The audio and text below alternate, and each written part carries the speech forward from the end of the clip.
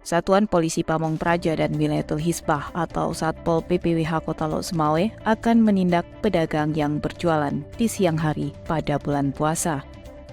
Hal tersebut disampaikan oleh pelaksana harian Satpol PPWH Kota Lok Sumawe, Heri Maulana, kepada anteroaceh.com. Dikatakannya bagi pedagang rumah makan, warkop, serta kafe yang buka pada siang hari akan ditindaklanjuti diberi sanksi sesuai aturan yang berlaku.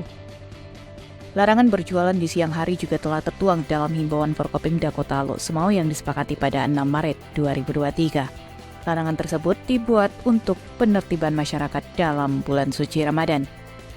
Pihaknya juga telah mengimbau para pedagang untuk tidak berjualan di jalan protokol dikarenakan akan menimbulkan kemacetan dan ketidaknyamanan masyarakat lainnya. Heri juga meminta kepada seluruh masyarakat untuk menjaga kesucian bulan Ramadan dengan tidak membuat keributan dan maksiat.